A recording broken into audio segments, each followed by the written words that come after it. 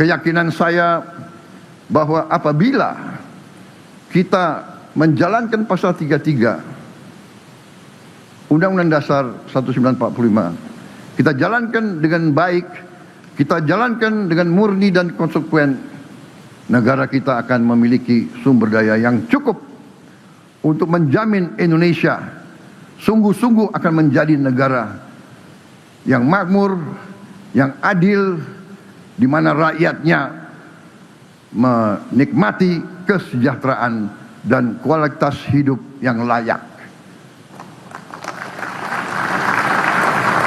Rakyat kita tidak bermimpi untuk mengalami kehidupan yang kaya raya, tapi mereka bermimpi untuk bisa hidup dengan layak,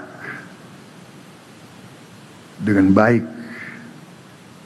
Mereka bermimpi bisa makan dengan baik tiap hari, bisa memberi susu untuk anak-anaknya, bisa mencari obat bila mana anak mereka sakit atau bapak mereka sakit.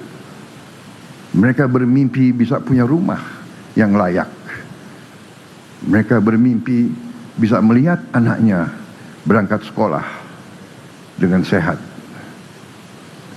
Mereka bermimpi bahwa orang tuanya bisa dapat pekerjaan yang baik dengan pendapatan yang cukup. Itu adalah mimpi dan harapan rakyat kita. Saudara-saudara sekalian, setelah saya evaluasi, setelah saya melihat angka-angka, setelah saya melihat sungguh betapa besarnya kekayaan kita,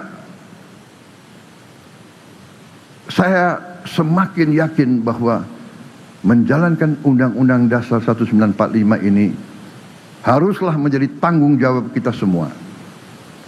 Kita tentu ingin masa depan yang lebih baik untuk rakyat kita. Untuk itu, menurut pendapat pemerintah, dan saya yakin seluruh patriot Indonesia akan mendukung, bahwa bumi dan air dan semua kekayaan alam yang terkandung di dalamnya harus dinikmati oleh seluruh rakyat Indonesia.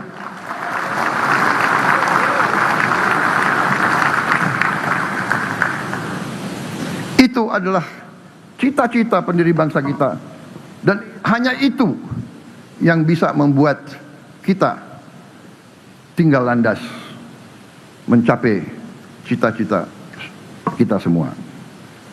Saudara-saudara sekalian, kita ingin petani-petani kita tersenyum, cerah karena hasil panen yang melimpah dan mendapat nilai yang sewajarnya, nilai yang cukup tinggi.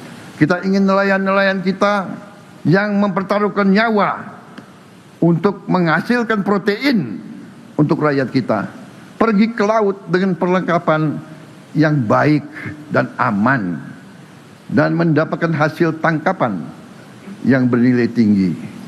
Sekarang nelayan-nelayan kita sulit mendapat es batu. Es batu saja mereka sulit untuk mendapatkan, apalagi solar yang mereka butuh. Pemerintah akan intervensi, akan melakukan upaya besar. Kita akan bangun dalam 3 tahun yang akan datang 5.000 desa nelayan. Tahun ini kita akan resmikan 1.386 desa nelayan. Kita akan menjamin tiap nelayan bisa punya es batu. Kita akan membuat instalasi pembuat es batu di tiap desa nelayan. Kita akan membuat ruang cold storage pendingin di setiap desa nelayan, dan kita akan bikin SPBU khusus untuk nelayan di setiap desa nelayan. Para nelayan kita harus kita berdayakan, karena mereka di ujungnya akan menguasai lautan kita. Saudara-saudara sekalian, kita ingin guru-guru kita terjamin kesejahteraannya. Masa depan suatu bangsa ditentukan oleh kualitas pendidikan yang dapat diberikan kepada anak-anaknya. Kualitas pendidikan ditentukan oleh guru-guru yang berkualitas, guru-guru yang semangat, guru-guru yang gembira, guru-guru yang bisa menjadi contoh bagi generasi-generasi penerus bangsa. Memperbaiki kondisi kehidupan guru harus menjadi prioritas kita. Kita ingin juga usaha mikro, kecil dan menengah kita berkembang sehingga bisa mendapat penghasilan yang cukup baik untuk sebagian besar rakyat kita. Dan kita ingin para orang tua serta mereka yang sudah lanjut usia dan hidup sendiri dapat hidup dengan tenang di usia senja karena ditopang jaringan jaminan sosial yang memadai. Kita ingin melihat Indonesia yang setiap warga negaranya hidup rukun, damai, cukup sandang pangan dan papan. Kita ingin Indonesia yang gemah ripah, loh jinawi, toto tentrem, kerto raharjo. Kita ingin mewujudkan cita-cita nenek moyang kita. Negeri yang baldatun, toyibatun, warobun gofur. Negeri yang makmur, baik, dan selalu mendapat ampunan dan anugerah dari Allah Subhanahu wa Ta'ala, Tuhan Maha Besar, Tuhan Maha Kuasa. Negara di mana hukum berlaku adil untuk semua, terutama menjamin keadilan bagi yang paling tidak berdaya.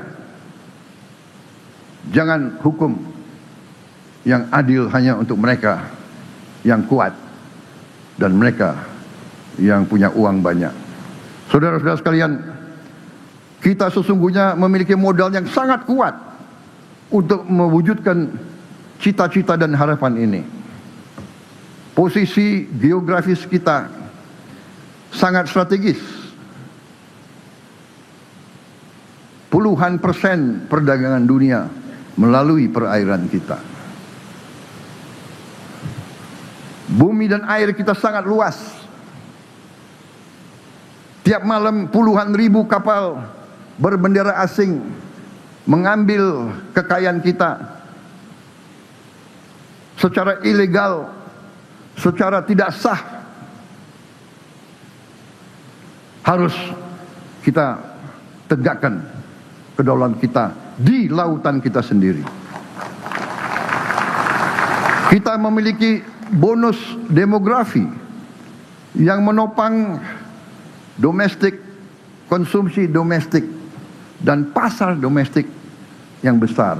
Pasar kita bisa sebesar Eropa, dan sungguh sumber daya alam kita melimpah.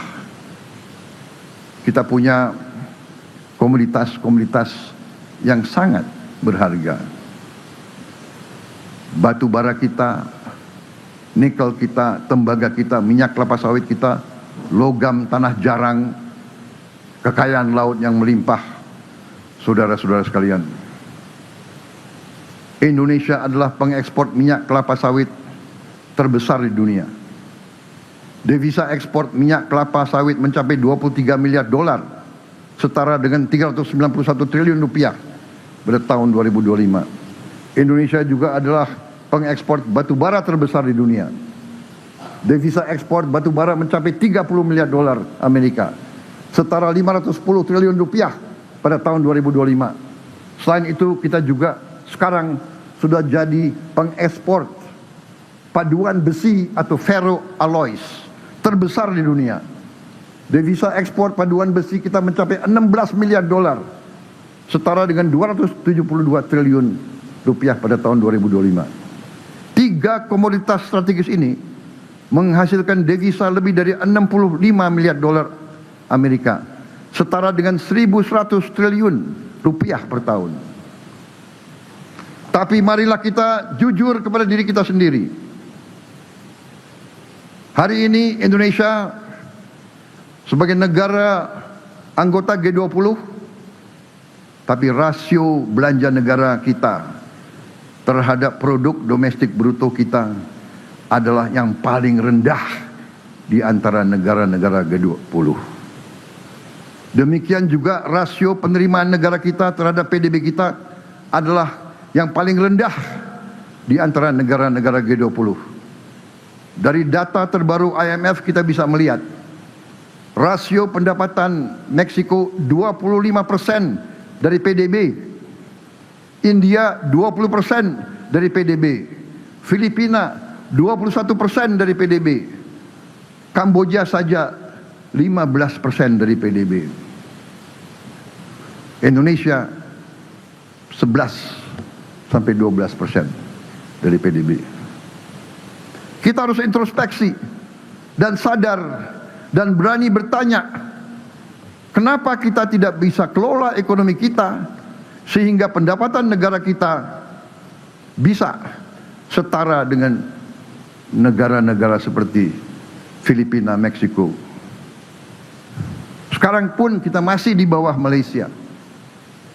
Apa yang sebabkan kita tidak mampu? Bedanya apa kita sama orang Malaysia, orang Kamboja? Bedanya apa kita sama orang Filipina?